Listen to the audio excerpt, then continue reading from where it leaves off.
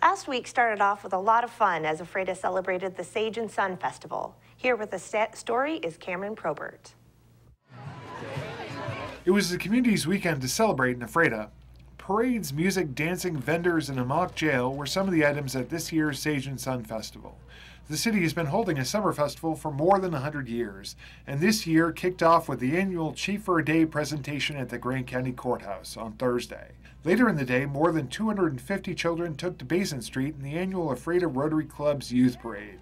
Floats, children, and pets started gathering along C Street at about 6:15 in the afternoon. Ashlyn Johnson and her brother stood next to a pirate ship built by her grandmother, waiting for the parade to start.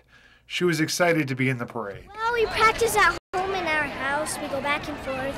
And then my grandma, she watches us. And then my mom comes over and she watches us too.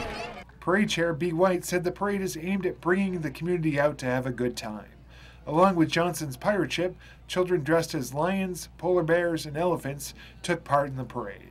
Every year we have a different theme, so this year was a day at the zoo, and we hope that they try to go towards that, but they just, whatever they can create, we're happy with. White called the festival a great weekend for the community, and she was happy with the turnout at the parade.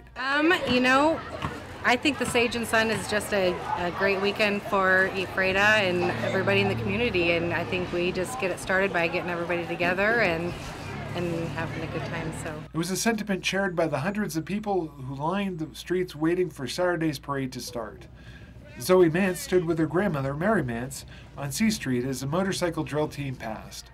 Mary said the parade is a tradition for her family.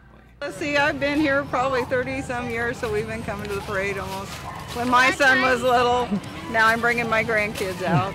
The parade featured the Grant County Sheriff's Posse, floats from neighboring cities, and some of the winners of the youth parade. As the parade finished winding through the city, people gathered in front of the courthouse as Mason Smith took to the stage to sing the national anthem. Mason's mother, Kelly Haygood Smith, said he started singing the anthem when he was 5 and sings at the Ephrata Raceway. Mason was one of several people performing Friday, Saturday, and Sunday. Marcia Clark, the festival president, said the festival is aimed at providing entertainment to the community. It's tradition. We're over 100 years old. I think keeping our community connected and together. A new addition this year was a jail, where people could pay to sit inside. Clark said it was one way the festival is giving back to the community.